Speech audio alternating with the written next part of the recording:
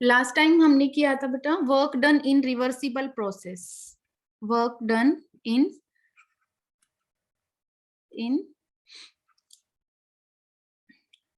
Isothermal, है ना, यहाँ पे जरूरी है ना ये लिखना, आइसोथर्मल रिवर्सिबल प्रोसेस। और उसके लिए एक एक्सप्रेशन हमने किया था लास्ट टाइम, मैंने आपको बताया था कि अगर हम reversible process in work done find out करते हैं तो उसके लिए एक एक्सप्रेशन आया था बेटा, W is equal to -2.303 nRT logarithm V2 by V1। ये वाला हमने लास्ट टाइम ये वाला एक्सप्रेशन किया था। और हमने एक चीज और बताई थी, अगर V2 और V1 नहीं दे रखा हो तो यहाँ पे P1 बाय P2 रिवर्स में होता है ना, तो W हम दूसरा तरीका कौन सा होता है, -2.303 nRT logarithm P1 bye P2, इस तरीके से भी फाइंड आउट कर सकते हैं। तो सभी बच्चों को ये नोट डाउन कर लेना है, एक दो न्यूमेरिकल हम यहाँ पे जरूर करेंगे इससे रिलेटेड, ठीक है। अभी एक बार थोड़ा सा आगे एक्सप्लेन करते हैं। सबसे पहले फर्स्ट लॉ ऑफ थर्मोडायनामिक्स की हम बात करेंगे, उसके बाद हम फिर आगे स्टार्ट करेंगे और एक न्यूमेरिकल आपको इससे बेस्ड करना है। तो स्टार्ट करते हैं। सबसे पहले आता है हमारा फर्स्ट लॉ ऑफ थर्मोडायनामिक्स।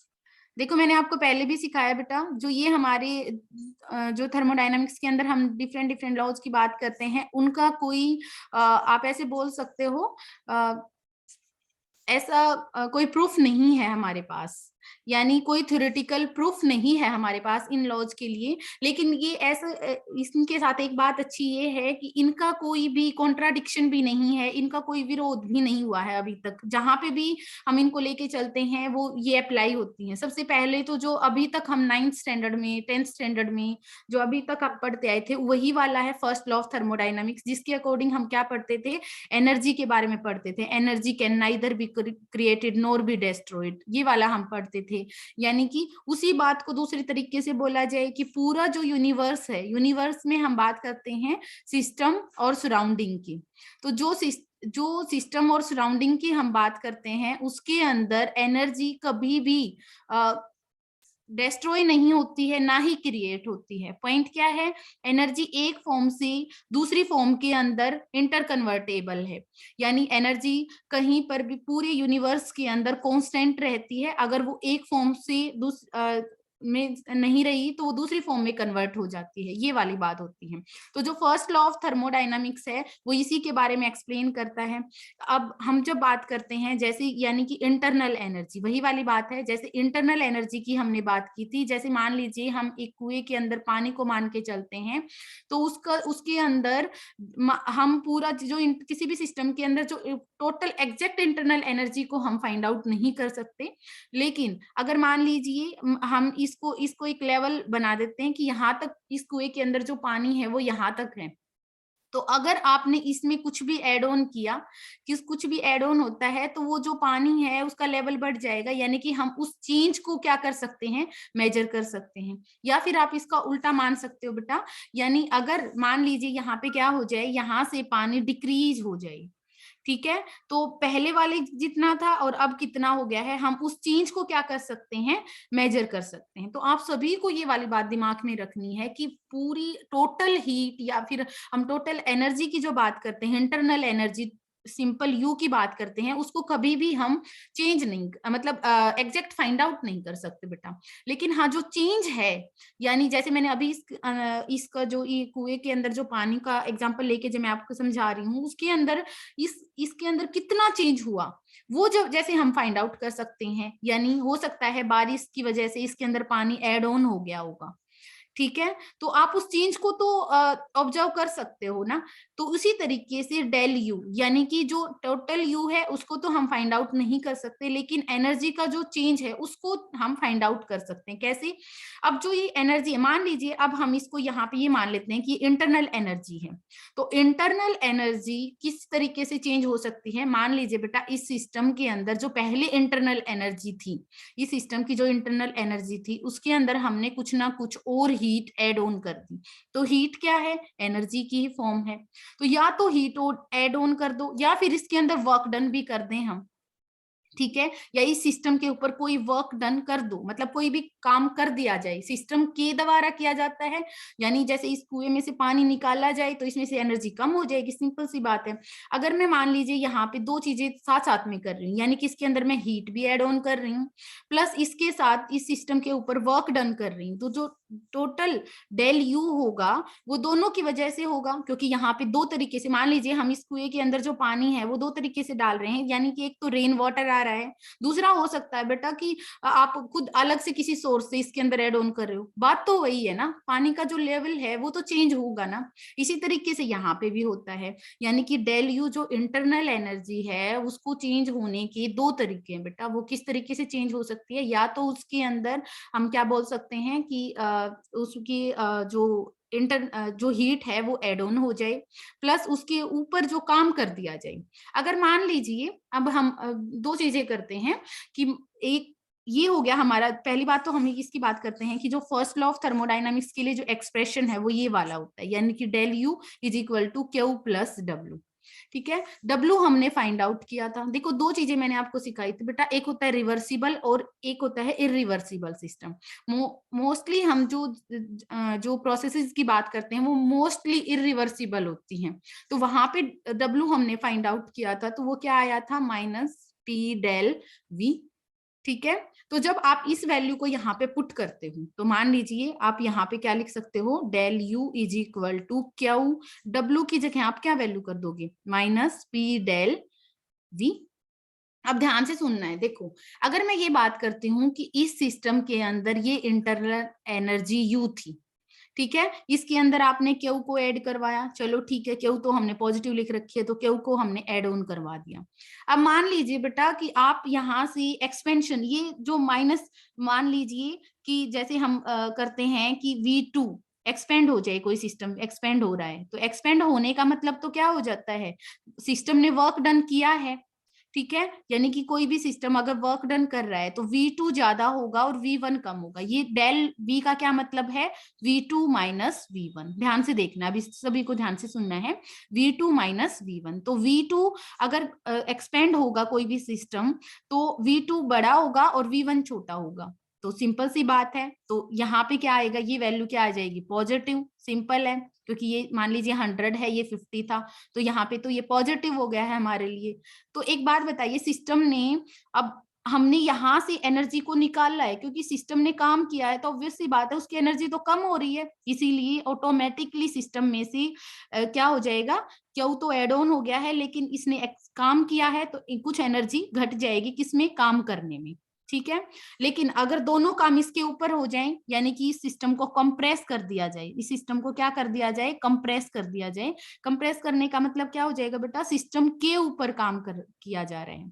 तो अगर सिस्टम के ऊपर काम किया जाएगा, कंप्रेस करोगे आप, तो ऑब्वियस सी बात है उस केस में क्या हो जाएगा, मान लीजिए पहले 50 था और बाद में फाइनल में कितना आ गया है हमारा 20, तो 20 फाइनल में से 20 मतलब अगर कंप्रेस करते हो तो बाद में 20 रह गया, फाइनल में से इनिशियल को माइनस करोगे तो ये ओवरऑल कैसा आ जाएगा, माइनस में, यानी कि यहाँ पे क्या आ जाएगा, -30। तो ये माइनस V ये हो गया, माइनस यहाँ से हो गया, तो ऑटोमेटिकली ये वैल्यू कैसी आ जाएगी, पॉजिटिव आ जाएगी। तो ऑब्वियस सी बात है सिस्टम के ऊपर काम होगा, तो ऑब्वियस सी बात है यहाँ पे क्यू भी एड ऑन हो गया है और डब्ल्यू भी एड ऑन हो गया है।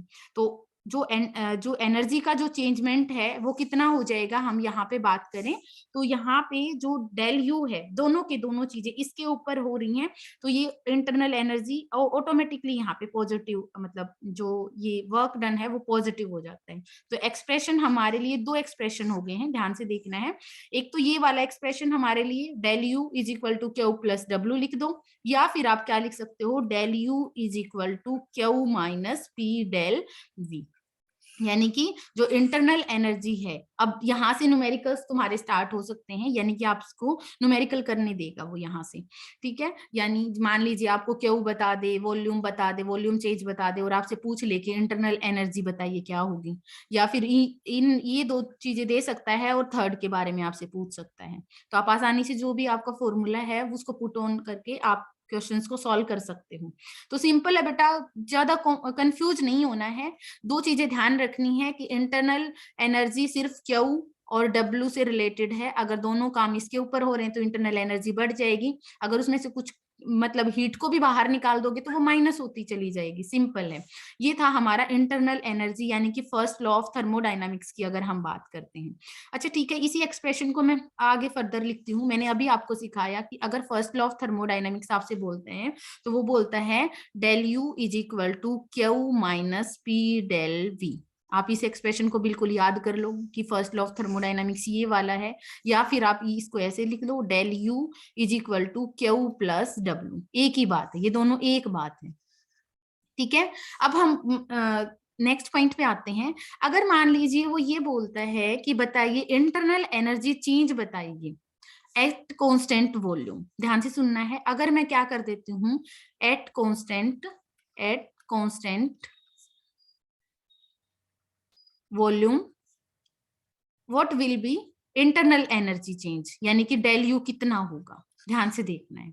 तो अगर मैंने वॉल्यूम को कांस्टेंट कर दिया है तो इसका मतलब बेटा वॉल्यूम को अगर आप किसी भी सिस्टम की अगर वॉल्यूम को कांस्टेंट कर देते हो तो डेल वी क्या हो जाएगा, जीरो। यानी कि ये वाली टर्म क्या हो जाएगी उस टाइम पे, जीरो। ठीक है, तो डेल ये वाला जीरो हो जाएगा। तो यहाँ पे डेल यू यानी कि इंटरनल एनर्जी में जो चेंज होगा वो सिर्फ और सिर्फ किसकी वजह से हो रहा है, हीट की वजह से हो रहा है, यानी कि ये वाला। तो उस टाइम पे क्योंकि ये किसकी वजह से आ रहा है, जब v को हमने कांस्टेंट कर दिया यानी कि वॉल्यूम को कांस्टेंट लिख दिया है, तो एक एक्सप्रेशन ये वाला बन जाएगा हमारे पास, यानी कि एक नया एक्सप्रेशन जिसको वो वही वाली बात है, उसी बात में थोड़ा कंफ्यूज करने की कोशिश करेगा कि बताइए भाई व्हाट विल बी, आपसे एक क्वेश्चन सिंपल सा क्वेश्चन दे देगा कि what will be the internal energy at constant volume. तो आप क्या बोलोगे कि जब अगर वॉल्यूम को कांस्टेंट कर दिया है, अरे बेटा अगर वॉल्यूम को कांस्टेंट कर दिया तो वर्क डन तो जीरो हो ही गया ना। और हमने अभी सीखा है कि अगर इंटरनल एनर्जी में जो चेंज हो रहा है वो दो चीजों से होगा, या तो हीट से या फिर वर्क से। अगर वर्क नहीं हो रहा है तो एनर्जी में चेंज किसकी वजह से होगा, सिंपल है, हीट की वजह से। सिंपल। यानी कि अगर मैं ये बोल दूं कि यहाँ पे दो सोर्स हैं, जो ये इंटरनल एनर्जी है, जो ये कुएं के अंदर जो पानी की हम बात करते हैं वो दो सोर्सेज से चेंज होता है, या तो डब्ल्यू से या क्यू से। अगर आप एक सोर्स के बारे में ये बोल दो कि ये वाले से चेंज नहीं होगा तो सिंपल सी बात है, यहाँ पे जो इसमें जो चेंजमेंट होगा वो सिर्फ एक ही तरीके से होगा, क्यों की वजह से।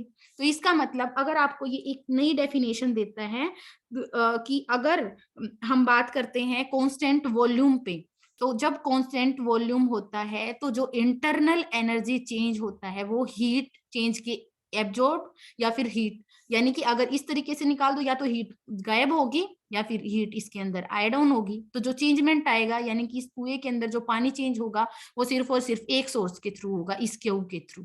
तो यही वाली डेफिनेशन आ जाती है हमारा, यही वाला पहली जो आपकी बुक के अंदर दे रखा है। वो क्या दे रखा है उन्होंने, internal energy change is heat absorb और इवॉल्व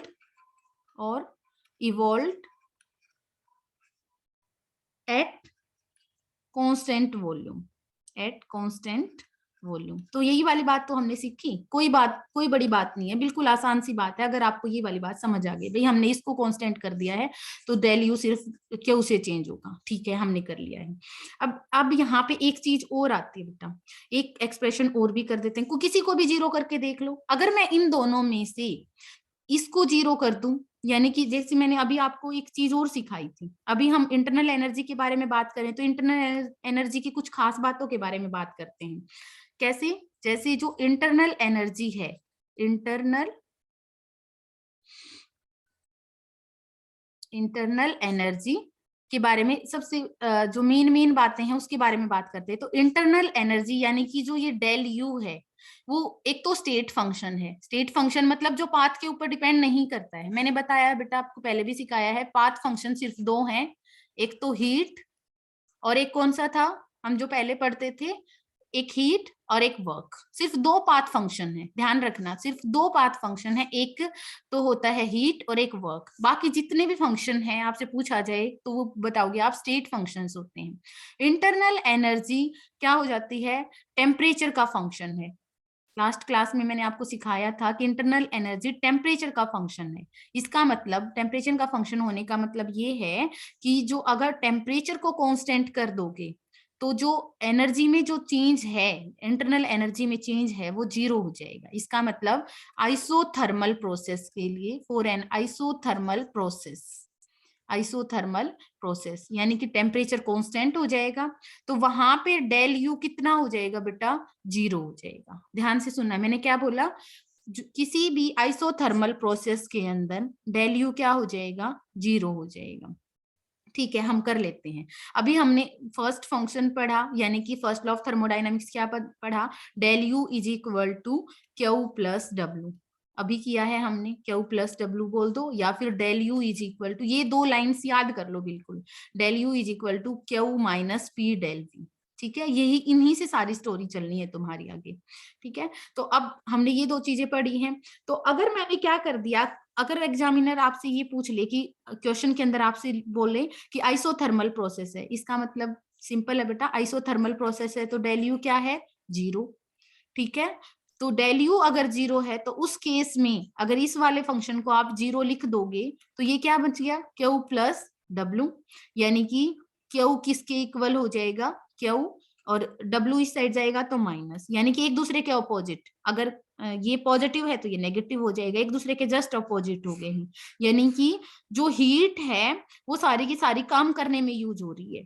ठीक है, यानी कि जितना भी अगर, अरे बेटा वही वाली बात है ना, जैसे मान लीजिए एक कुएं के अंदर पानी की बात कर रहे थे अब हम, ठीक है, उसके अंदर इतना ही तो पानी आप एड ऑन कर दो और इतना ही यूज कर लो, यही वाली बात तो है। इतनी हीट तो हम ऐड कर रहे हैं और उतना ही उससे वर्क करवा रहे हैं हम। ठीक है, तो इंटरनल एनर्जी टोटल पानी में जो चेंज है वो तो क्या रहेगा, जीरो ही रहेगा ना। जितनी हीट यहाँ पे आ रही थी उतना ही आप वर्क करवा रहे हो, ये वाली बात है यहाँ पे। ठीक है, यानी ये वाली दोनों फंक्शंस, अगर डेल यू जीरो रखना है हमें, यानी कि इंटरनल आइसोथर्मल में कंडीशन होती है कि टेम्परेचर कांस्टेंट तो डेल यू जीरो। तो सिंपल, जितनी भी हीट आप सिस्टम को दोगे वो उतना ही काम कर देगा। ठीक है, तो ओवरऑल इंटरनल एनर्जी क्या हो जाएगी, जीरो हो जाएगी। अब इन्हीं सभी जितने भी मैंने अभी तक आपको एक्सप्रेशन बताए हैं उनके बेसिस पे आपको एक क्वेश्चन दे रखा है आपकी बुक के अंदर, वो वाला क्वेश्चन आपको सोल्व करके देखना है। क्वेश्चन है, अगर आपके पास पेन और नोटबुक है तो आप एक बार क्वेश्चन लिखिए बेटा। कैलकुलेट, आपको कैलकुलेट करना है, calculate W, Q and del U, तीनों चीजें कैलकुलेट करनी है। When 0.75 mole of an ideal gas expands, यानी कि क्या कर रही है वो, एक्सपेंड कर रही है आइसोथर्मली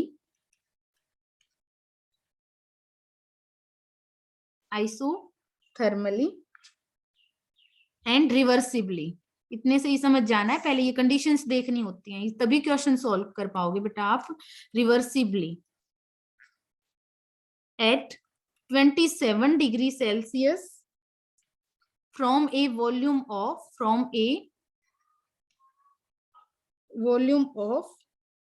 15 liter to 25 लीटर, ये वाला क्वेश्चन है। अब आपको जो सॉल्व करना है वो आंसर निकालना है, यानी कि आपको फाइंड आउट करना है ये सारी की सारी चीजें। सबसे पहले तो आप क्वेश्चन की स्टेटमेंट के ऊपर जाओगे और उससे फाइंड आउट करोगे। सबसे पहले दे रखा है आपको आइसोथर्मली रिवर्सिबल, आइसोथर्मल रिवर्सिबल अगर आपको दे दिया गया है, ठीक है, तो ये सिंपल सी बात है, आपको एक एक्सप्रेशन डब्ल्यू तो निकालना बहुत आसान हो गया है, क्योंकि डब्ल्यू आपको फॉर्मूला आपको पहले से पता है, -2.303 nRT लॉगरिथम V2/V1। ये चीजें आपको फाइंड आउट करनी है, यानी कि आपको वैल्यूज पुट करनी है और क्वेश्चन आपका आंसर आपको निकालना है। ठीक है, तो कैसे फाइंड आउट करोगे? एन देखो यहाँ पे एन की वैल्यू भी दे रखी है बेटा 0.75 मोल। ठीक है, वॉल्यूम भी दे रखा है आपको। एक्सपेंड कर इनिशियल और फाइनल का, एक्सपेंड मतलब इनिशियल ये है और फाइनल ये है, तो आपको जो भी है इनिशियल कौन सा होता है V1 और फाइनल क्या कौन सा होता है V2। सिंपल है, V1 का भी पता है आपको, ये क्या है V1। ठीक है, और ये क्या है V2। ठीक है, तो ये दोनों चीजें भी आपको दे रखी हैं। आर की वैल्यू एक कांस्टेंट है, सिंपल सी बात है। आर की वैल्यू कैसे लिखते हो? 8.314। ठीक है, इस तरह के हर न्यूमेरिकल में आप क्या लिखोगे? 8.314 उसकी वैल्यू हो जाएगी। टेम्परेचर आपको दे रखा है, टेम्परेचर कितना है पहले भी आपको सिखा चुकी हूँ मैं क्लास के अंदर कि टेम्परेचर को कभी भी आप डिग्री सेल्सियस में यूज नहीं करोगे किसी भी न्यूमेरिकल के अंदर। जितने भी न्यूमेरिकल आप सोल्व करोगे सभी के अंदर टेम्परेचर को आप केल्विन के अंदर कन्वर्ट करोगे। तो 27 प्लस 273 इसको ऐड किया आपने तो ये क्या आ जाएगा? 300 केल्विन। ठीक है, तो ऑब्वियस सी बात है ये आप यहाँ पे वैल्यू को पुट कर दोगे। अब यहाँ से W निकालिए आप। ठीक है, जितनी भी वैल्यूज हैं सारी की सारी क्वेश्चन के अंदर दे रखी हैं और आपको निकालनी है। तो सिंपल है बेटा, सबसे पहले हम वैल्यूज पुट करेंगे। -2.303, यहाँ पे n कितना है? 0.75। ये इनमें कोई चेंजमेंट नहीं होता, ये तो मोल हैं जितने मोल हैं। ठीक है, R कितना है? 8.314 और टेम्परेचर कितना है हमारे पास? 300 केल्विन। ठीक है, उसके बाद लोगरिथम यहाँ पे कितना आ जाएगा? V2 by V1। V2 कितना है? 25। V1 कितना है बेटा? 15। अब इस चीज को ध्यान से देखना है, जैसे कुछ बच्चे बोल सकते हैं कि ये कैसे करेंगे सॉल्व। ठीक है, तो आपको पहले ये वाली चीज देखनी है। यहाँ पे क्या हो जाएगा? ये वाली कैलकुलेशन तो सिंपल है बेटा, आप मल्टीप्लीकेशन से कर लोगे सॉल्व। ठीक है, सिंपल मल्टीप्लीकेशन है। ये वाला है लोगरिथम 25 बाय 15। सबसे पहले इसको सिंप्लीफाई करो, यानी कि आप 5 लोगरिथम 5 और 3। ठीक है, यानी कि लोगरिथम 5 बाय 3 है ये। ठीक है, तो पहली बात देखो सिंपली कैसे करना है। सबसे पहले तो इसकी जो मल्टीप्लीकेशन है वो आपको करनी है। आप करके देख लेना खुद से ही। 2.303 इंटू 0.75 इंटू 8.314 इंटू 300। मेरा पर्पज क्या है? आपको ये वाली चीजें सिखाने का कि आप इस तरह के क्वेश्चन को कैसे सोल्व करोगे। यानी कि अगर लोगरिथम दिख जाए तो वो कोई बड़ी बात नहीं है, आप उस चीज को आसानी से कर सकते हो। ठीक है, तो यहाँ पे लोगरिथम देखो बेटा, मैंने कल भी आपको सिखाया था, लोगरिथम a बाय b होता है। ठीक है, तो उसको आप कैसे सोल्व कर सकते हो बेटा? Logarithm a minus logarithm b, इस तरीके से सोल्व करोगे। ठीक है, तो ये वाला तो इसके साथ मल्टीप्लीकेशन में है, इसको तो आप सिंपली मल्टीप्लीकेशन करके सॉल्व कर सकते हो। यहाँ पे आ जाते हैं, ये क्या है? Logarithm 5 minus logarithm 3। ठीक है, तो 2-3 लोगरिथम की वैल्यूज आपको लिख लेनी है। अभी आपको आपने उसमें लिख लेना है। जैसे लोगरिथम 2 की वैल्यू कितनी होती है? लोगरिथम 2 की वैल्यू होती है 0.3010। ये आपको याद करनी है बेटा, इतनी कैलकुलेशन के लिए कोई भी आपको लोगरिथम टेबल नहीं देगा कभी भी। ठीक है, लोगरिथम 3 की वैल्यू जैसे आपको लिख लेनी है वो होती है 0.4771। जब आप नोट्स बनाओगे तो अपनी नोटबुक में ये सारी वैल्यूज लिखोगे। ठीक है, लोगरिथम 4 की वैल्यू जो होती है वो होती है, यानी कि जो आपका 2 की वैल्यू है उसका जस्ट डबल, यानी कि ये वाला यानी 30-10 है तो इसका 60-20, यानी कि कहाँ गया ये? हाँ, ये वाला यहाँ तक, यानी कि 0 पॉइंट, ये जस्ट डबल होती है, ऐसे याद कर लेना, ये डबल होती है 2 का। तो 60-20 और लोगरिथम 5, बस इतने से हो जाएगा मेरे हिसाब से। यहाँ तक क्वेश्चन में आपसे पूछता है, ये होता है 0.698 थोड़ा बहुत डेविएशन इनमें हो सकता है बेटा। देखो एक चीज और है, 869 इसमें थोड़ा बहुत वैल्यूज में कहीं कहीं डेविएशन हो सकता है। जैसे अलग अलग लोगरिथम टेबल देखोगे ना, उनकी वैल्यूज में थोड़ा बहुत आपको डेविएशन दिख सकता है। जैसे आपकी बुक्स जो होती हैं, जैसे जो आपका प्रदीप वाली जो बुक है या फिर कहीं और भी लोगरिथम टेबल देखते हैं तो उनकी में थोड़ा बहुत डेविएशन हो सकता है। अब इन वैल्यूज को लोगरिथम 5 की वैल्यू ये वैल्यू आपको याद करनी है, इसको यहाँ पे रखना है, और लॉगरिथम 3 की वैल्यू इसको यहाँ पे।